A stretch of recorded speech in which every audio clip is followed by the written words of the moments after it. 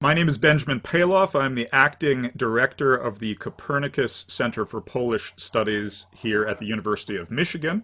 And thank you very much for joining us for this roundtable, which is formally titled Assessing the State of Play in Polish Politics, but which several of us have been referring to informally as the post-mortem of the Polish presidential elections.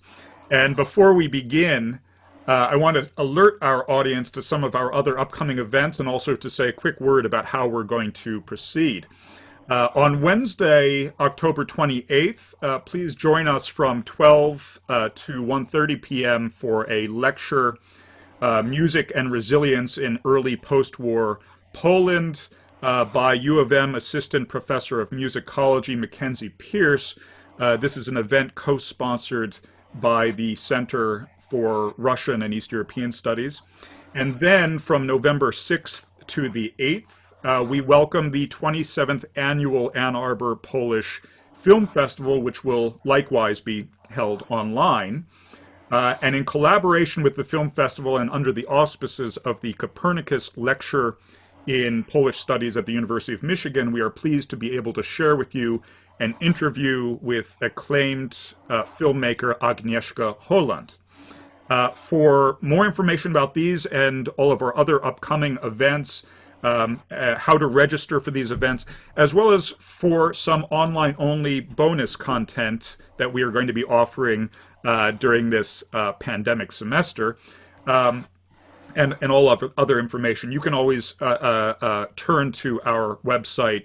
That's ii.umich.edu/Polish. That's also where you can learn how to support the Copernicus Center for Polish Studies.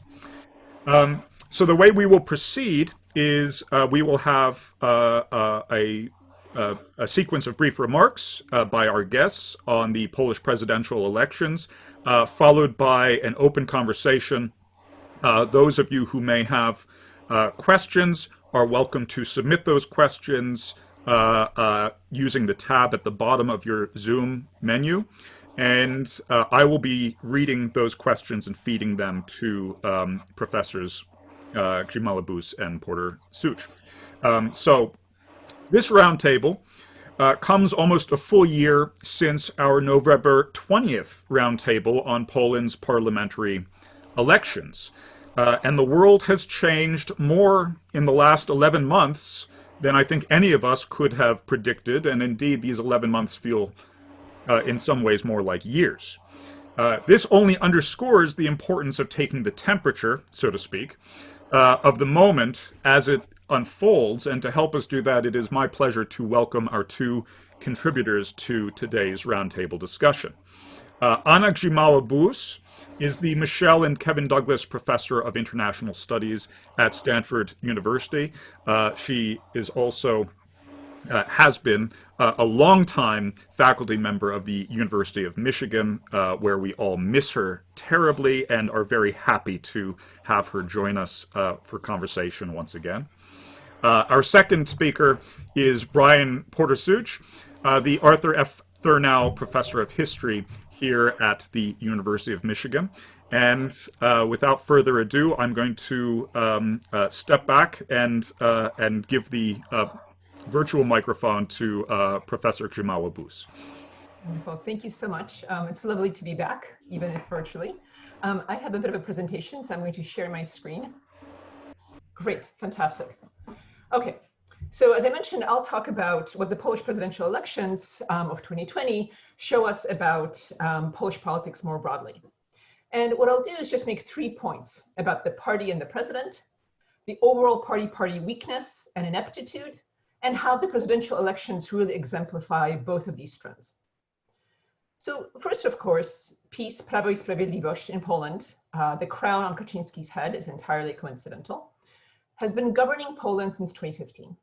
And it's really set out as a goal for itself to consolidate power and ensure its long-term incumbency by going after the courts, the educational system, the media, and in some cases standing accused of fomenting societal division, all in an effort to remake the country into what it considers the true Fourth Polish Republic.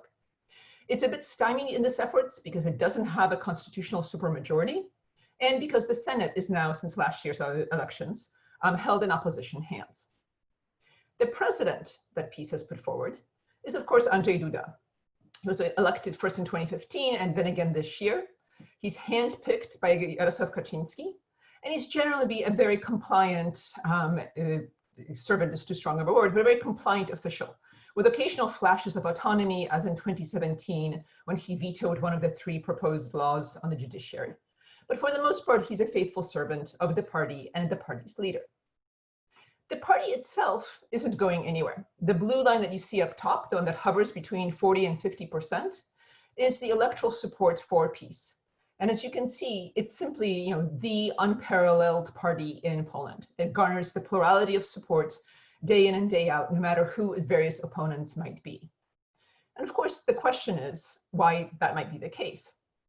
On the one hand, I would argue there's the popularity of some of its policies, such as Rodzina 500+, the sort of subsidy per child that each Poland family gets. But on the other hand, there's also the very real weakness of political parties that PiS sort of takes advantage of, and the presidential election really exemplified. So when it comes to political parties in Poland, we have the familiar story of over 100 competitors in the first fully free elections in 1991, consolidating over time to only 5 parties in 2020. But that belies an image of, that image belies basically a constant turnover and a fairly radical fragmentation of the political parties. There's that old joke that, with 3 polls, you'll have at least 5 political parties. And it certainly seems that that's an underlying tendency. The core of the left-wing opposition, SLD, is basically gone. It's largely sort of, imploded as of 2003, 2004. Meanwhile, on the center right, Platforma Obywatelska, now known as Koalicja Obywatelska, was in power from 2007 to 2015, where it rapidly sort of stood accused of a kind of complacency, of a lack of accountability. Above all, it was a center-right party, but it did very little to differentiate itself from PiS, which is also a center-right party.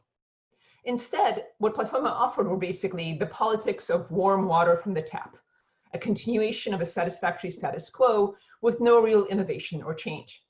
And however complacent its leader, Donald Tusk, may look in this photo, the subsequent electoral sort of fate would make him far less happy, despite the ice cream cone that he's holding. In the 2020 presidential elections, Platforma, now Koalicja, ran first as its candidate, Małgorzata Kidawa-Błońska, who is serving a longtime party official, clearly pretty capable and all that, but not very popular at all.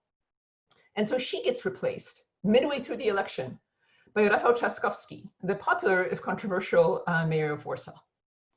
And so you, on the one hand, have this image of a powerful PiS, and on the other hand, sort of, a set of opposition parties that are fragmenting and that are unable to project a cohesive or differentiated image. But lest we think that PiS is all powerful, there are also strong indications that it's weakening. First, there are the internal divisions. People like Gowin and Ziobro have basically formed their own factions and occasionally threatened to withhold support. Kaczyński himself has been forced to go from being an eminence grise to actually entering the government. He preferred to rule from afar, but he was forced to enter the government last week, basically, to support the prime minister, to assuage conflicts, and to basically hold in check Ziobro himself. Above all, what I would argue is that PiS has authoritarian commitments, but not much competence. And so, for example, when it comes to its abortion restrictions, which it announced in 2016, these were met with massive protests and withdrawn in a sort of state of confusion. With its much criticized judicial reform, the overhaul of the judiciary, if you actually take a look at it, is piecemeal and incoherent. The Chief Justice, Małgorzata Gersdorf, pictured here, simply ignored the order to retire and went back to work. And there was precious little the government could do to stop her. Above all else, the election, the presidential election during the pandemic, really showed the extent to which PiS can be stymied by its own incompetence. So during this election, it became very clear that about a third of the voters would refuse to participate, no matter what, in in-person elections. PiS refused to delay the elections, and what followed was the farce that was known as the May 10th postal ballot. So PiS announces the postal ballot. The post office is supposed to be in charge, not the Electoral Commission. And what follows is a series of steps that's something out of Keystone Cops. First, the post office basically emails local officials to get the rolls of electors, which is totally not allowed by law. The company that's in charge of printing the ballots is printed by a company affiliated with PiS that's best known for advertising flyers and novelty napkins. The ballots quickly become leaked. Basically, everybody can see what they look like, and that means that there are sort of extra ballots floating around ready for electoral fraud. And it also becomes clear that there's simply no way to count the ballots before the second round of elections. And the result is best described as Schrodinger's election. The Senate vetoes the postal elections. Remember, the Senate is now in opposition hands, and it kicks the decision down to the lower house. And there, a totally extra legal agreement between Jarosław Gowin on the one hand and Jarosław Kaczynski on the other takes place. And they basically announced that the election would take place, but the courts will declare it invalid. Confident, apparently, that if they say that the courts will declare it invalid, the courts will do that. The Electoral Commission basically enters the fray and announces that free and fair elections are impossible on the 7th of May. And so the elections are held until 10th of May. They are invalid. Finally, we have delayed elections at the end of June, June 28th, the first round, July 10th is the second round. And the entire sort of procedure basically reeked of both incompetence and lack of preparation. It was basically a political party that didn't know what it was doing, even though it hadn't been incumbent for now 5 years. The broader implications of, I think, this presidential election, and so then the things that we repeatedly see, is basically, on the one hand, the opposition remains weak. And so PiS governs by default. It is where it is not because it has such a spectacular offer, but because the opposition has been unable to credibly claim that it is responsive, that it is different from PiS, and thus something to offer the voters. The presidential elections are also an exemplar of PiS incompetence. If the opposition is weak, PiS is inept.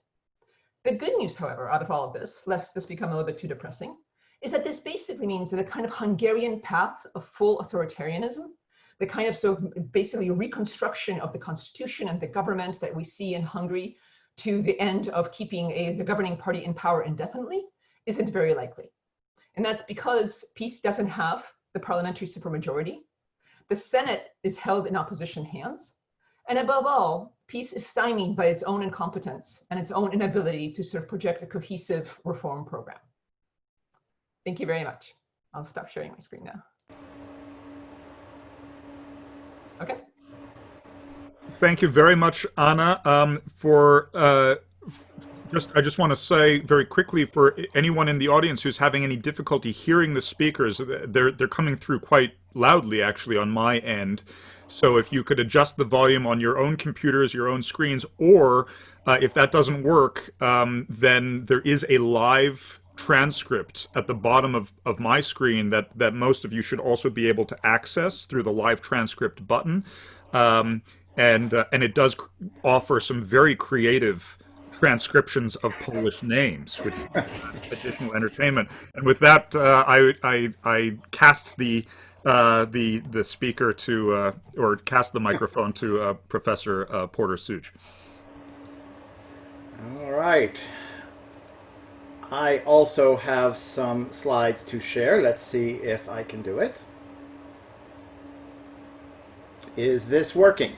Are you seeing my slides? Yep. Yep. Okay, excellent. Great. So I put this this title for my section of the talk today up, and my first thought was, oh my God, I really wish we were in the aftermath of the 2020 elections. That would be a wonderful place to be. Of course, we're not talking today about those elections, but rather about the series of elections that happened in Poland over the past year. So I think that these elections have reinforced something that I've actually been arguing for quite some time. And that is that Poland is an incredibly diverse country. Okay, looking at these stats, at these charts, you don't see a lot of diversity, right? And this is, in fact, the conventional impression that one gets of Poland. It's what you'll hear from most Poles. That is a country that has had relatively little immigration. It is a country that is overwhelmingly Roman Catholic. It is a homogeneous country, and many will say uniquely so. That's true, but only up to a point. And actually, it's that we get to that point rather quickly. In fact, Poland is a very diverse country. It is divided, though, on ways along axes that we aren't going to immediately see, right? Because the measures of diversity that we are accustomed to here in the United States are not marked in Poland. However, other lines are. And if you're Polish, you will know very, very quickly which tribe, which community you belong to inside Poland. If you're talking to a person, you can tell from the way they speak, the cultural references they make, to some extent, sometimes how they dress, what cultural references, what they read, what they watch, their forms of entertainment, who their heroes are, on and on and on. It doesn't take more than a few minutes of conversation before you can know, am I talking to one of us or one of them? I'm not sure this would have been the case 20 years ago, but it certainly is the case now. There are two Polands, not one. And this divide is right down the middle of the country, and it is deep indeed. So if we go back to the parliamentary elections, the 2015 and 2019 elections, we can see that PiS has never had a majority. Yes, they've had a consistent strength. They are a large party. They are an important party. But they are not a majority party. Even if we add in the other votes of other right-wing parties, we don't get much of a majority, if a majority at all. In fact, in the 2019 elections, if you add up the main parties of the center and the right, we end up with about 9 million votes. And if you PiS, meanwhile, got 8 million votes. So in that election, at least, they were somewhat behind. Now, because of the complexities of Polish electoral law, they end up with a majority of the seats. But nonetheless, things are very, very close. And this was evident, I think, really evident in the presidential elections. Those elections could have gone either way. They were really, really close, with 10 million votes for Duda and 10 million votes for Trzaskowski. The difference was quite marginal. And so it wouldn't have taken that much, it doesn't take that much imagination to spin out an alternative history in which Duda loses this election, because the country is so evenly divided down the middle. And in fact, this election had very, very high turnout, so that further bolsters the case that, that we are looking at some pretty deep and pretty pervasive divisions in Polish society. And moreover, there's very little movement from one camp to the other.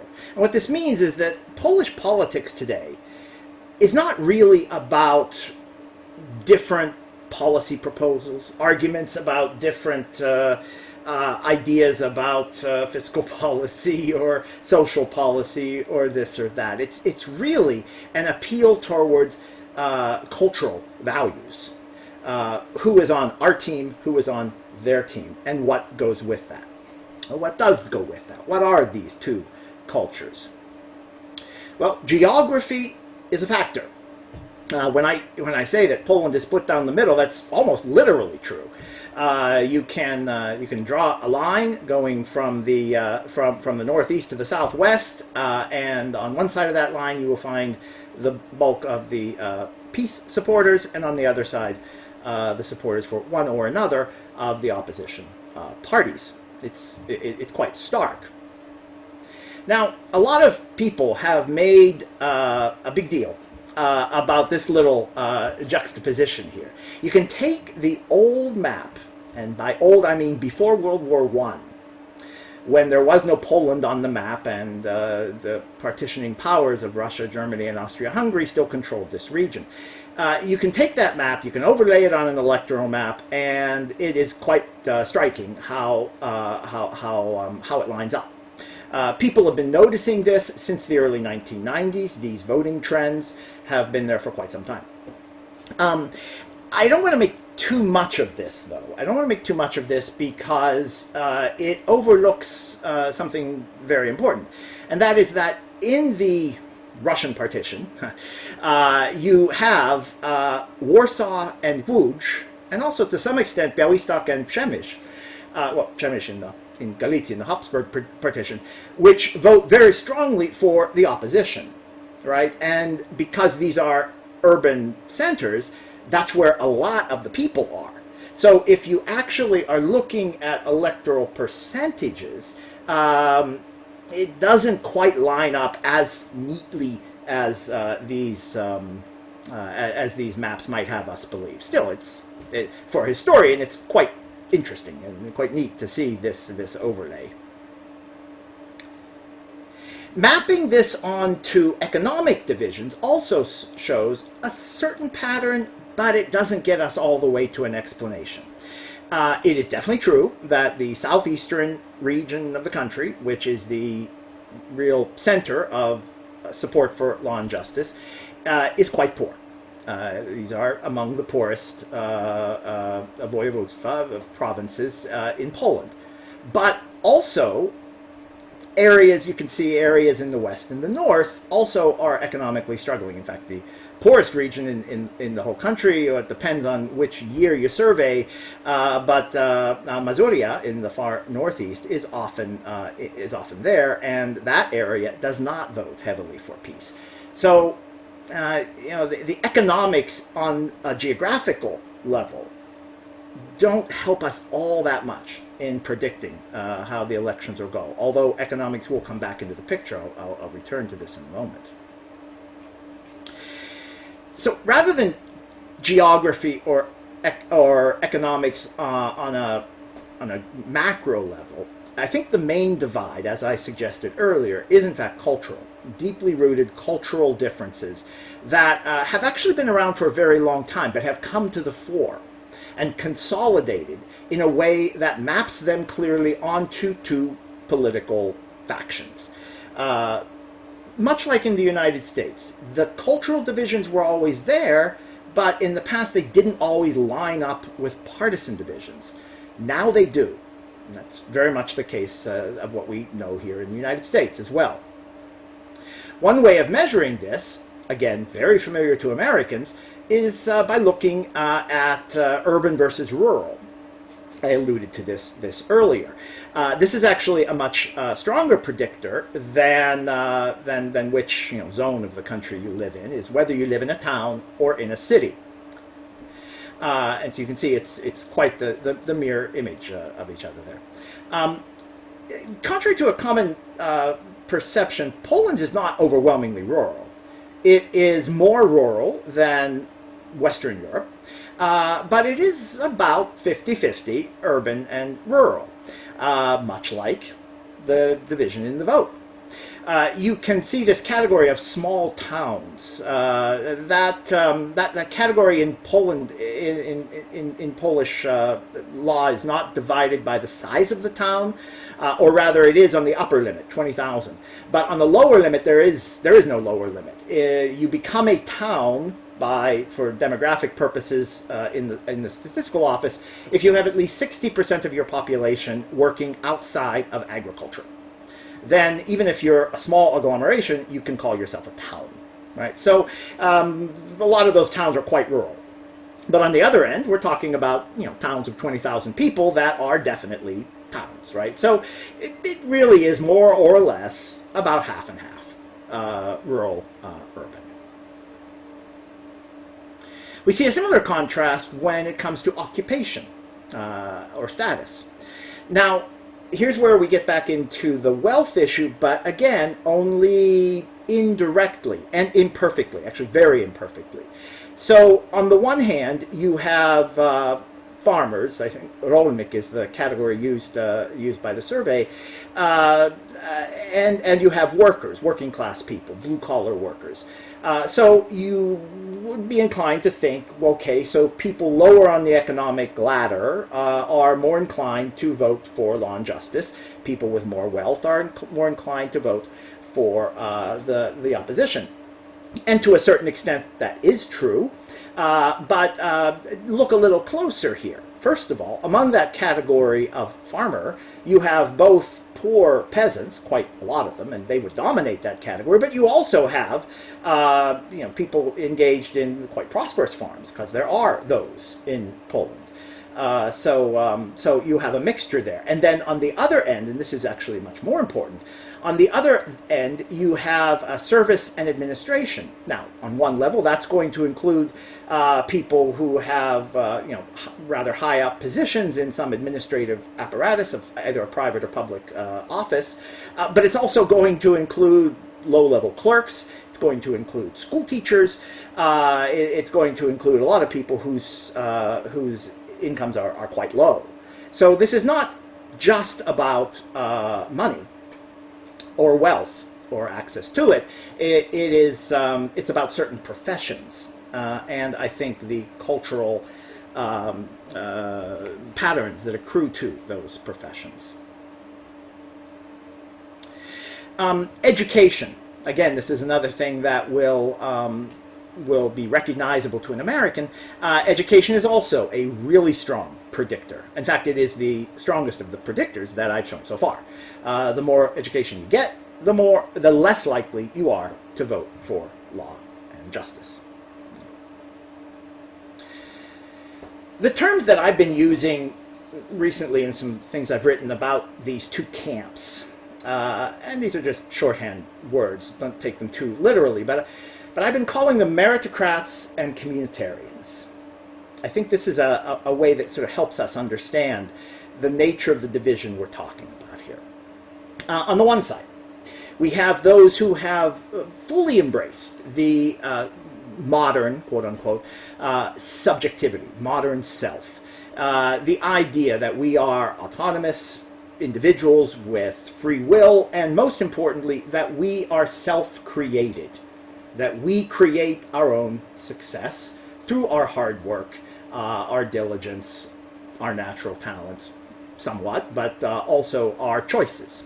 That when we face problems, we look for ways to solve them individually by taking a training course, right, or buying a self-help book or whatever. So such people strongly believe that their position in life is credited to what they have achieved. For people in this camp, corruption is very disturbing, but when they talk about corruption, what they really are bothered by is nepotism. Anyone who would rise up to a position of power and authority without going through any of the hoops of the meritocracy.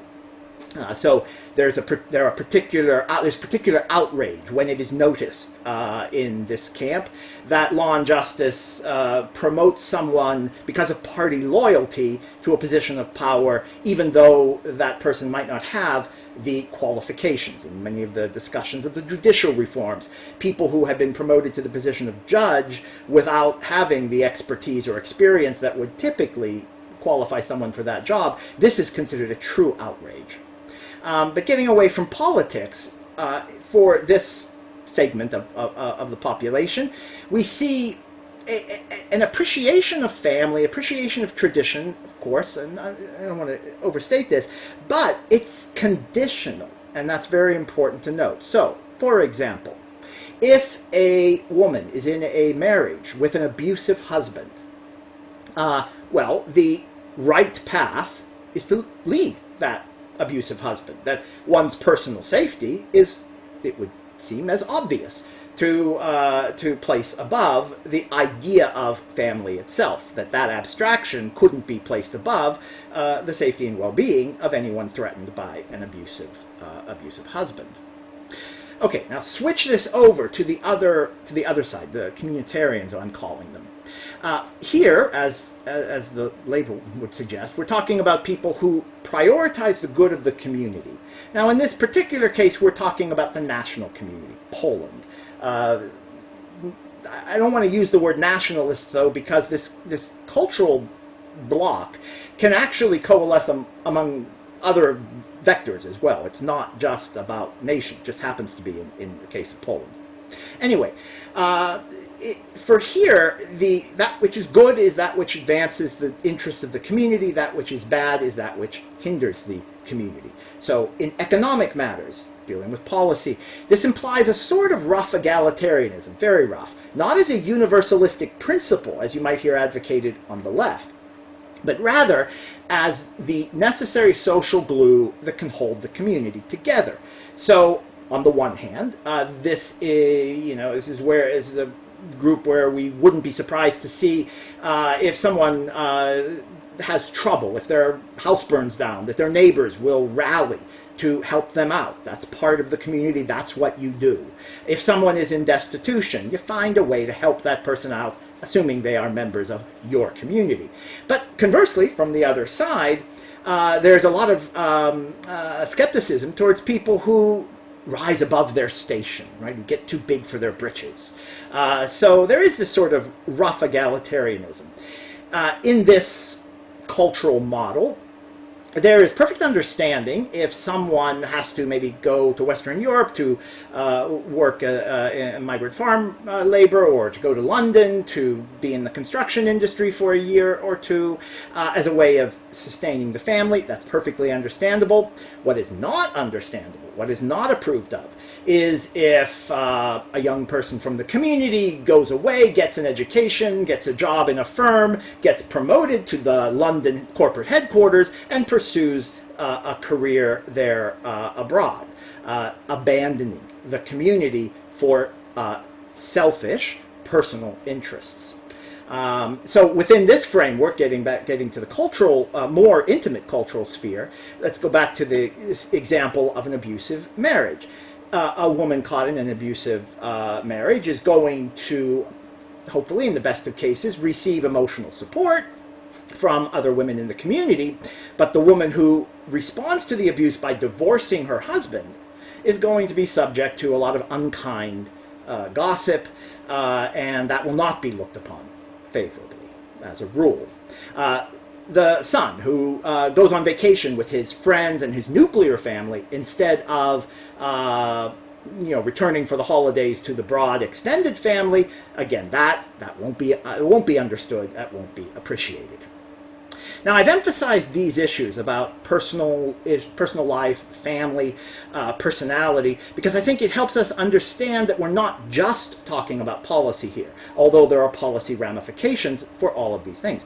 We're talking about a cultural divide that is embedded in the intimate sphere and embodied in the personal interactions that people have on a day-to-day basis. And that means it's a divide that's very hard to overcome. Not likely to be overcome by, for example, persuasion or arguments about which is the best option for Poland's future. It's not that kind of dispute. Now, close with this last chart. Some have suggested that even if what I've just said is true, it will still change because we see an age difference.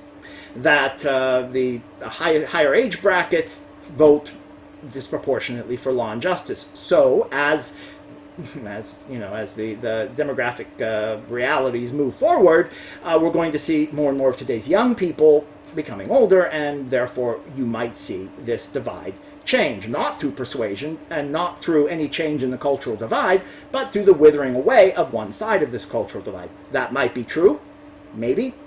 I'll believe it when I see it.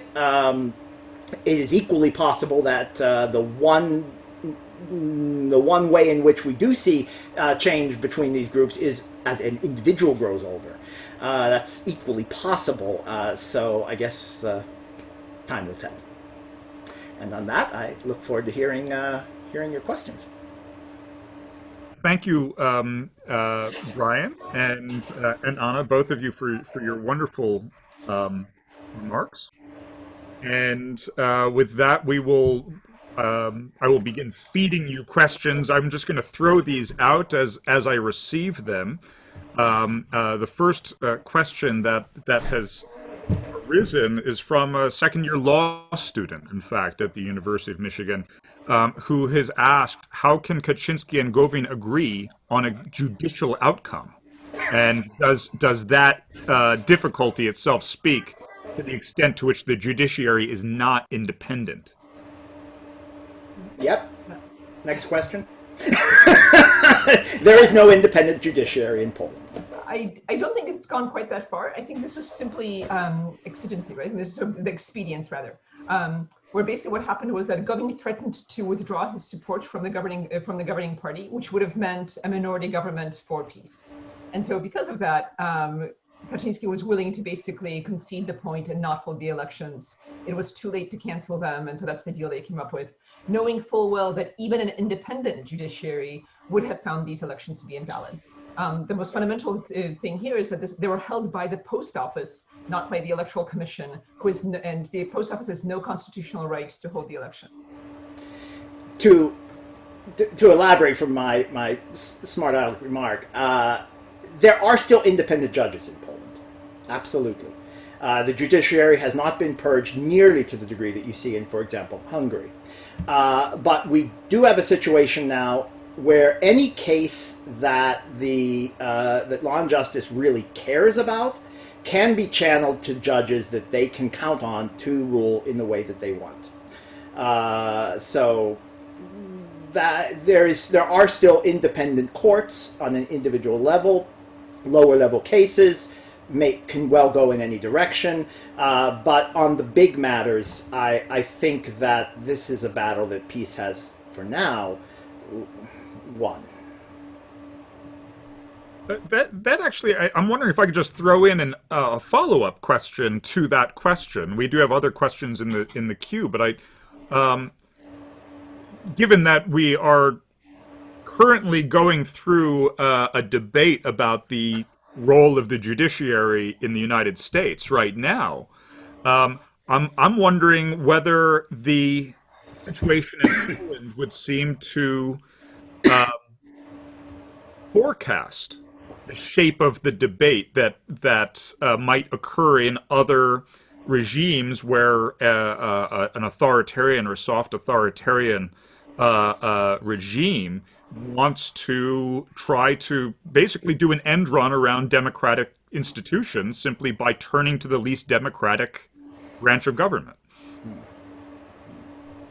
Yeah, so I think the pattern that we observe is wherever you have authoritarian populists or authoritarians take over power, the first institution they go after are the courts.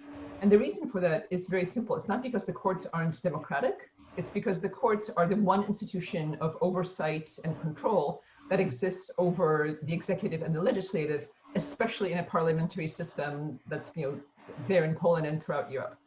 So in those systems, basically the executive and the legislative are fused, and the only check on power is the judiciary, which it becomes the number one target for these would-be authoritarians. And it's always justified in the name of making justice closer to the people and to better represent popular interests, which of course are entirely concordant with the governing parties.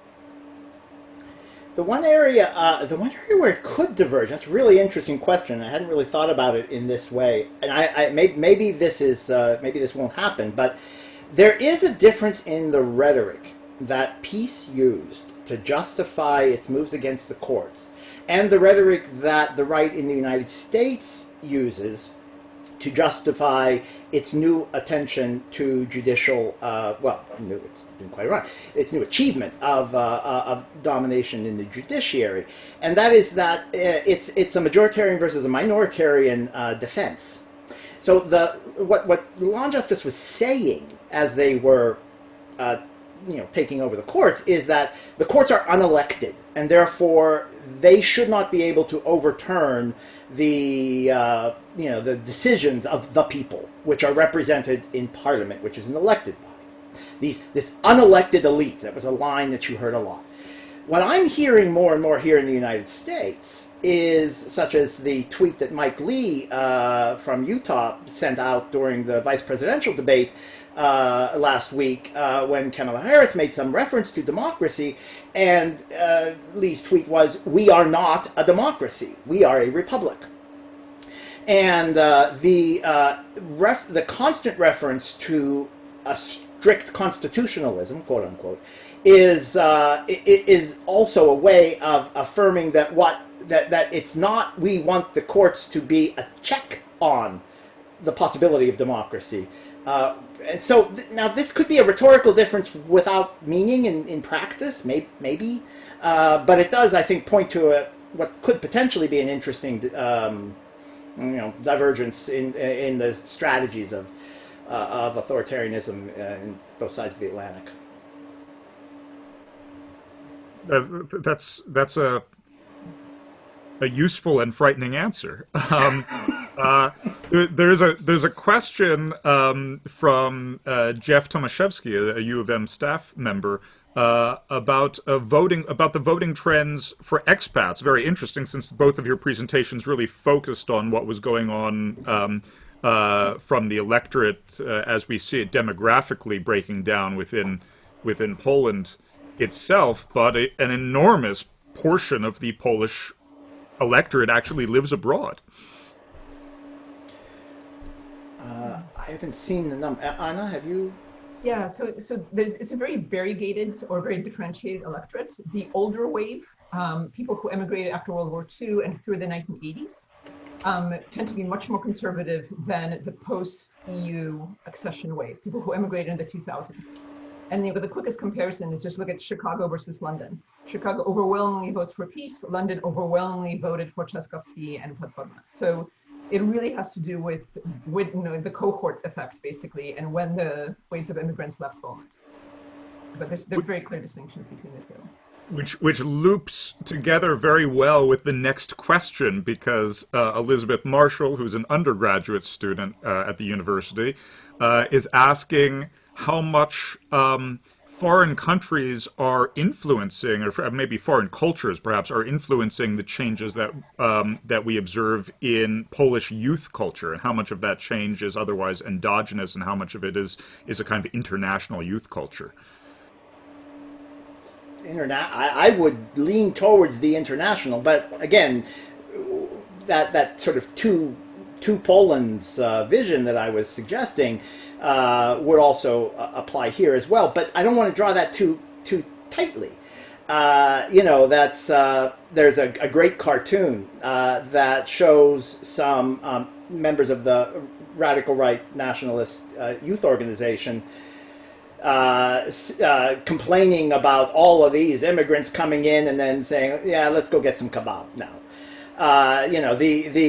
So the influence, international circulation of cultural patterns is present on the in both zones. Agnieszka Paszeka is an anthropologist who we've seen here at U of M several times. Has done some excellent research recently, ethnographic research on the radical right in several countries in Europe, and what she's found is that their transnational networks are very deep, and that for example, events in Hungary have provided inspiration for young youth groups, radical right youth groups in Italy and in Poland. And so, there are these transnational networks that function really on both sides of this cultural divide. So while it might be more evident on the surface that you're seeing a more cosmopolitan, urban hipster youth, I think the transnational influences they exist all over the place. The only thing I would add is that, and this is with the caveat that the absence of evidence is not the evidence of absence. What we don't see, what is prevalent across other authoritarian populist countries is the influence of Russia. So you just don't see this. You don't see the kind of agreements between political parties of the kind that you saw in Italy, Austria, or Hungary. You don't see the invitations for intervention. You don't see the kind of internet, malign actions, the kind that you see in the United States. For whatever reason, there doesn't seem to be much evidence of that kind of foreign interference in Polish politics. So there's a lot of interest among the among our audience, which I'm pleased to say is quite substantial. I'm very happy that we do have close to 50 participants in this webinar. So thank you all for joining us. But there's a lot of interest in this, in trying to understand the other demographic vectors among these camps, how we're kind of breaking down the Polish population. And Irina Vlasova, who's a first-year grad student in Greece at U of M, is interested in one dimension that neither of you really mentioned, is gender, or for that matter, I mean, sexual orientation or might come into this as well, but just in terms of basic gender demographic breakdown, which we can track quite easily in a place like the United States, and we're constantly being told about college educated women versus men without a college degree, etc. There hasn't been quite as much conversation about this, at least that I've heard from Poland. I don't know of that much difference in gender patterns. The bigger difference is age and occupation, as Brian stated. There isn't much difference if you just look at men versus women. That cut doesn't much make sense. Of course, here, Duda didn't do himself any favors with his references to LGBTQ ideology and to gender ideology, which is something of the classic trope of a conservative religious language in Poland. And that definitely sort of hurt him with what would have been some of the sort of younger voters that he was trying to get. The only thing I actually haven't in the exit polls that I looked at, I didn't see a breakdown in gender. Maybe so I'm not sure on that. I do have maybe one data point that is anecdotal and indirect, but interesting, and that is that a big report, and I wish I could remember the author, it's escaping me right now, but a big report that came out last year looking at transnational marriage patterns in Poland. And what they found was that in transnational marriages, Polish women were overwhelmingly marrying West European men, and Polish men were overwhelmingly marrying Ukrainian or Belarusian or Eastern women in those who did choose transnational relations.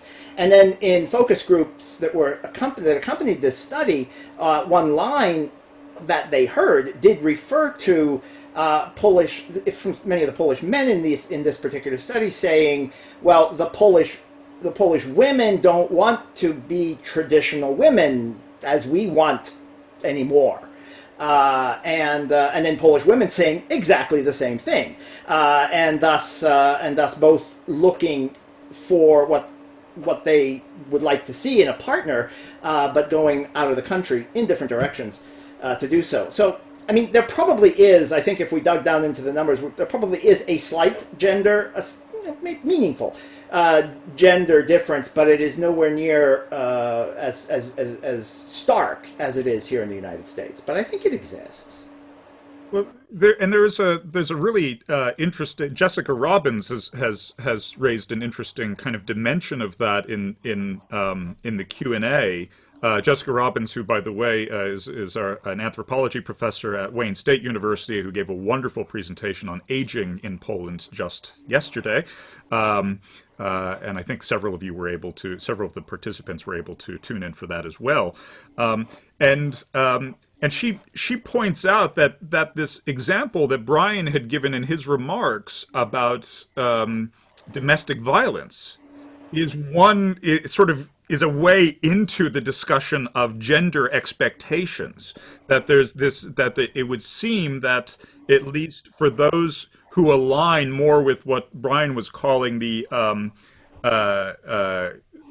communitarian kind of identification, that that the strong role of traditional Polish Catholicism. I don't want to say Catholicism generally, because Polish Catholicism is very much its own interpretation, I would say. It would seem to also require or demand certain gendered hierarchies within and roles within the community. Is that fair to say? So actually, there's a slide that I took out of my presentation because when I was getting it ready, I thought, well, of course, one of the biggest markers is going to be religiosity. And I should be able to map this out. So I went to the website of the Catholic Statistical Institute, and I got their most up-to-date data, and fortunately they had a map. Let me just share that right now. I saved the slide in case this might come up. So on the one side you can see the voting pattern, the support for Andrzej Duda, and the other side you can see the percentage of regular churchgoers. In Catholic terms, these are Dominicantes, people who go to Mass on Sunday on a regular basis.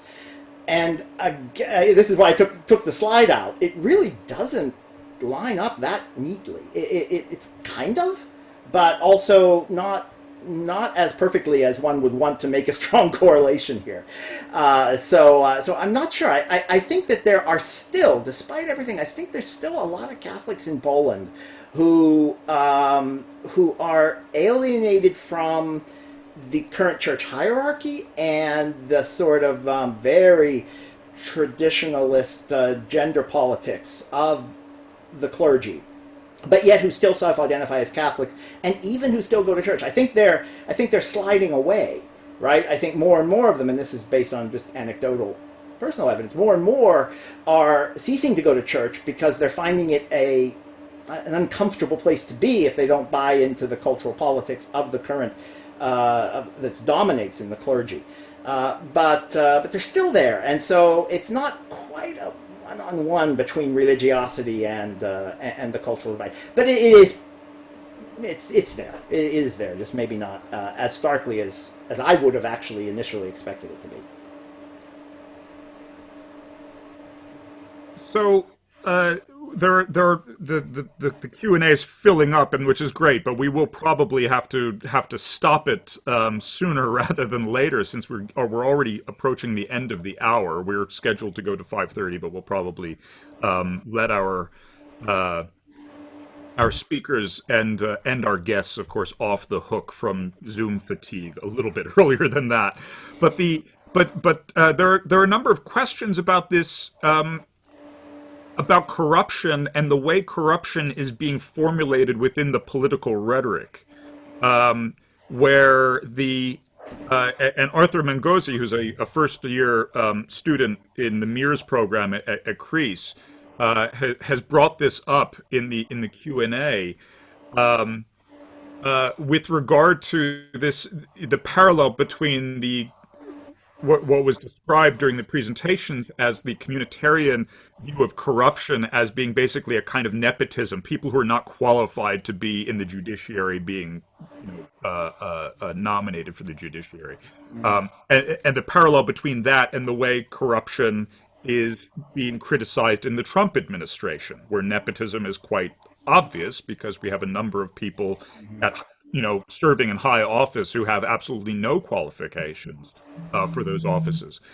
So the question that Arthur has posed is whether you believe that the anti-Trzaskowski rhetoric on the other side reflects a particular attitude, a kind of different attitude toward corruption that says that no, corruption is actually meritocracy itself, or otherwise people, sort of high-level financial transactions that would seem to shape policy. Exactly. Yeah, that's a great insight. Yeah. It's not. I mean, corruption as a rhetorical tool appears all over the place, but what is meant by corruption is different. So, the financial dealings, which among the sort of cosmopolitan meritocratic Euro group might seem just like a deal. Is going to look like corruption from another perspective, particularly if it involves transnational finance. And the other issue with corruption, and I would like to know what you think of this, Anya. I'm sure you saw the famous interview done during the parliamentary elections where some anonymous interviewee said, who was a peace supporter, said, "Of course they steal, but they also give back." And so, whereas the other guys, they just steal and get rich. I don't know. I don't know how that, it's one line. I've always wondered what to make of that. What I would note is that however much corruption is being thrown around, nepotism is a very sort of narrow slice of that, right? And I think what we need to keep in mind is, in comparison of Hungary, for example, in Hungary you have the establishment of a mafia state. You have massive enrichment by the political elites. Orban built a football stadium next to his new mansion in his home village. These are extraordinary public and obvious acts of corruption. The current ruling party in Poland doesn't indulge in that, right? You don't see these obvious actions of grand corruption. And nepotism, frankly, it is true that there are political appointees to the judiciary in Poland. That's very different from nepotism, which is literally sort of, hiring relatives and people with whom you have a conflict of interest. Sure. That's not happening in Poland. And the kind of politicization of both the judiciary and of the state administration has a long tradition in democratic Polish politics. So, however much we want to criticize peace, I think there are ways in which, relatively speaking, it could always be worse. Yeah. That's the optimism. Yeah. If I could throw in my own follow-up to that remark, is that because of some in what you would regard as as a political scientist and a historian as a durable value within Polish public life, that we're not the kind of people to build a stadium next to my mansion in my home village, or is it actually attributable to what you both presented at the beginning of your remarks, and that's the kind of atomization of the Polish political landscape, where there just isn't, they don't have a consolidation of power sufficient enough to be able to pull those resources out of the state. Is it incompetence or is it value? I'd argue it's incompetence, or rather it's an unwillingness to go whole hog, partly because of the fears of electoral retribution, partly because they're not quite sure where it is, and partly because, frankly, Kaczynski's whole goal, and PiS's whole goal, is to remake Polish politics. It's much, this is a much more ambitious project, right? This is supposed to be the fourth republic, where you extirpate all the legacies of communists and of not real Poles and the worst sort of Poles and anything that's not truly Polish as they envision it. So in many ways, this is a much more grandiose and ambitious project than Orban's sort of, incumbency forever and a steady stream of rents that he collects. Yeah, I absolutely. I think that's right. I mean, Kaczynski's own personal views here, his own personality might matter in that he's quite puritanical. He is ideologically driven to create this new state. He's not a mafioso, right? So he's not Putin, he's not Orban. He's a different kind of creature, and he's really, he himself, he lives quite modestly. And I think as long as he's around and has a firm grip on the party, that's going to constitute a check on corruption. I mean, there have been scandals. There have been scandals of people enriching themselves.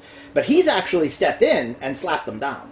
Now, the moment he's gone, this gets back to your question, Ben, is there anything about, deeply ingrained that prevents this corruption from going? I don't think so. I think once he's gone, all bets are off. But then again, once he's gone, given the nature of this kind of continuously reforming atomization of the landscape, it's easy for me to imagine that the party simply disappears with him. That so much of that these parties tend to be very much personality driven, more than, as you both pointed out, there is no there is no concrete policy program for most of these parties. I think for peace, I think there is. I would say that there absolutely is for peace. Now, but having said that, when Kaczynski's gone, they will fragment. So, so both things are simultaneously true. There is a vision, and now it's not a vision about economic policy. It's not a vision, not really even about foreign policy, but it's a vision about the nature of politics. That politics is about order and discipline, and unity. And that is a common thread that will be there even if Kaczynski's gone. But without his strong personality, there are a lot of other strong personalities just beneath him that are going to start tearing themselves apart. They already are. They already are doing that. I mean, Ziobro, the reason why Kaczynski is now a deputy prime minister is to basically neutralize Ziobro and to clip his wings and to also assert power within the government. That was basically, it was a clear move in response to Ziobro's very ambitious agenda over the summer. Yeah, agreed. Yeah. So if we can hold you both for two more questions. Sure. Just two more.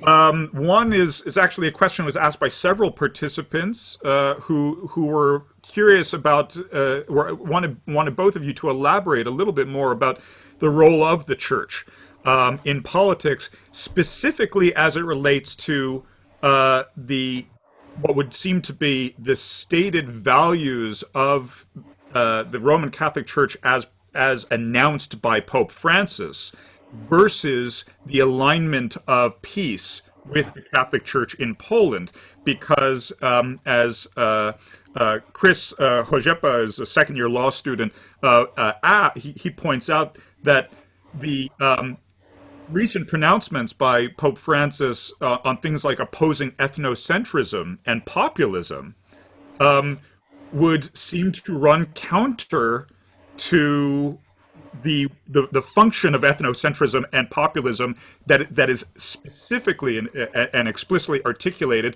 by the party that most closely aligns with the church.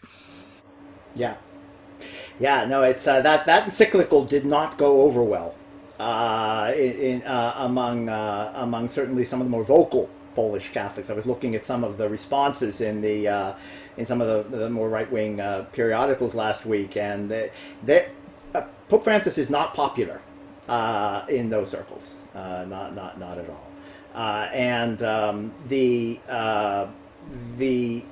sort of there was for a long time a very sort of ultramontane, that in the classic sense, very papal sense of Catholicism in Poland, but that lasted as long as there was a Pole in the Vatican. And then it lasted a little longer, right, because it still was along many of the same policies. But now with Francis, there's been quite a lot of pushback. The gaps, of course, they're not going to make them, the bishops are not going to speak out against the Pope. That's not going to happen. But the reading between the lines, what doesn't get said, it makes it really clear that there are sharp differences between the episcopate in Poland and the Vatican. I think for the Polish hierarchy, there's only one pope, and that was John Paul II. And Francis is far too liberal and far too cosmopolitan for them. And if you notice what happens then, already in the early 2000s, there's, while Pope John Paul is still alive, you have a situation where the church gets attacked or accused of pedophilia scandals, a charge that keeps coming up and up again. And their response is to turn to John Paul II to basically defend them.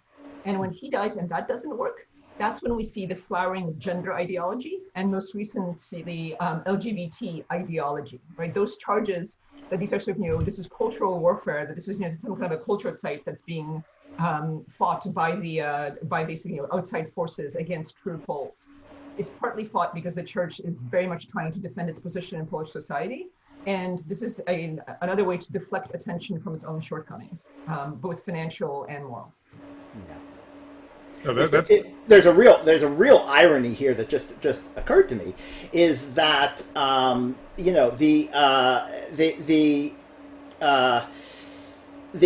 Polish Catholic Church was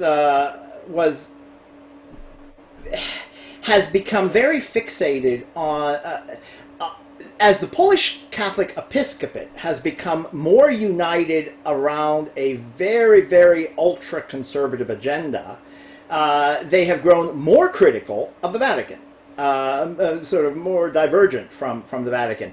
Back when John Paul was still around, and the Vatican was a source of conservative, cultural values, there was still quite a lot of diversity among the Polish Episcopate. And that is now all gone. So there's been this sort of crossing trends here. Yeah, and your responses also kind of they resonate for me in just my own engagement with Poland kind of on the ground, that the visual iconography that suggests membership or identification with the communitarians and the Meritocrats, or however we wish to kind of divide these people up, among the people that whom Brian described as the communitarians, there's still a lot of very Pope or Vatican oriented imagery, but it seems to have forgotten that John Paul II has died.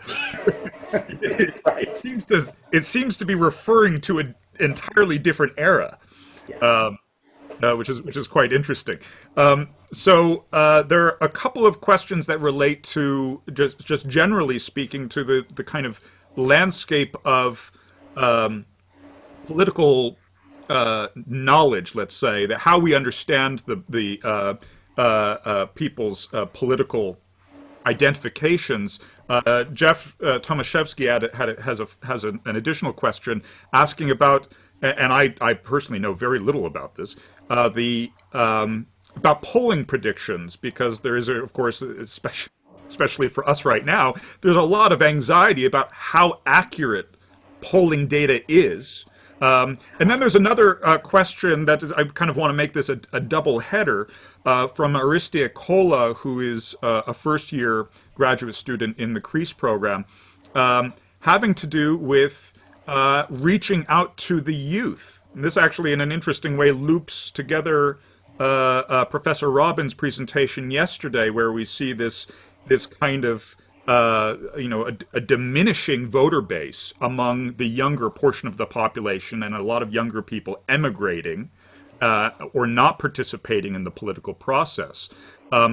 So it's sort of a double-sided question. One is how reliable is the information we get about people's voting behavior both before and after the elections, and how much attention are the parties paying to reaching out to develop a voting base, an electoral base among the younger population.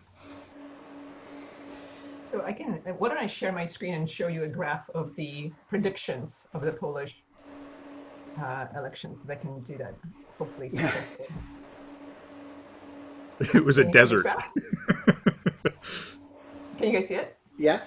Great. So this was, this is the polls, which is a fantastic website operated by Ben Stanley, who's a professor in Poland. And you can sort of see that this is sort of, these are the percentages. This was before the first round of the elections. These are basically accumulations and agglomerations of all the different polls. And the results almost exactly reflect these. The Polish electorate is actually quite transparent to polling. Duda wins. Trzaskowski had a minimal chance, and then of course the other candidates basically don't have much of a standing at all. So when it comes to public opinion polls, it's very much the case that there isn't sort of a hidden vote for either one of these parties, and there's a very nice mapping of public opinion polls onto actual results. When it comes to mobilizing younger voters, there's a lot of lip service to the youth organizations. There's absolutely no common language. There's no sort of real attempt to speak the language of young people and actually reach out to them, tell them why it's important to vote and why it's important to vote for this particular party. The only group that's been doing any of that kind of outreach is the extreme right wing. And they've been very successful there. Yeah, just recently there was a new law passed on the direct initiative of Mr. Kaczynski to ban the fur industry, and then to also add some other legislation for animal rights. And it turns out that the inspiration from this came from a young man, actually, who was Polish American, but then went back to Poland. He's from Chicago, who told Kaczynski that if you want to reach out to young people like me, this is a gesture that will be very well received, because young people care about nature. That was the line. And Kaczynski himself likes animals, you know, he's not sure, why not? So in fact, he pushed forward this piece of legislation, which infuriated a lot of rural voters, and led to a crisis in the government, as even a bunch of peace delegates in the Sejm voted against Kaczynski's measure. I believe it's still in the Senate right now, right? I think it's still in the Senate. I don't think it's become law yet. But in any case, that's their idea of outreach to young people. There's no indication that I've seen that it has any effect whatsoever. But what's interesting about that, though, is that at least at the center of Law and Justice, there's a recognition that they're losing the young people.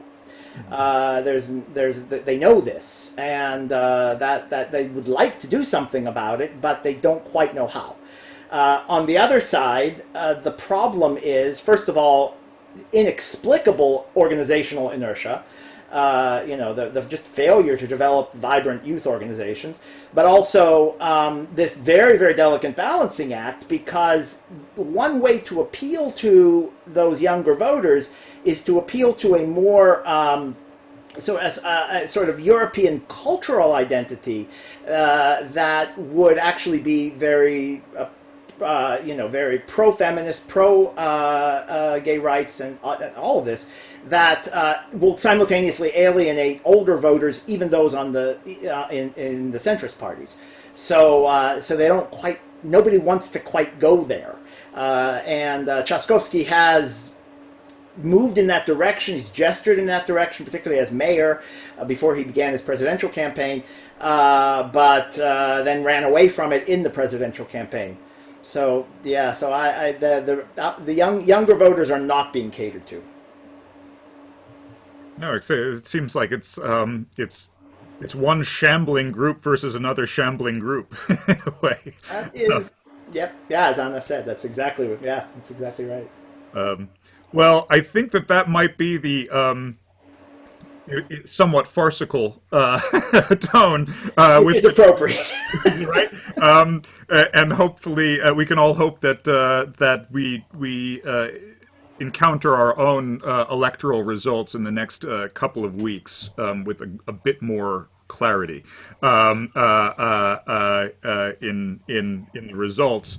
Thank you both, Professor Anna Grzymała-Busse and Professor Brian Porter-Szűcs, for helping us try to disentangle what is clearly an extremely messy political landscape in Poland. And thank you to all of the participants in today's webinar for helping us engage with these questions. Please do visit the website of the Copernicus Center for for information about our forthcoming events. And thank you all very much. Thank you. Take care. Bye-bye.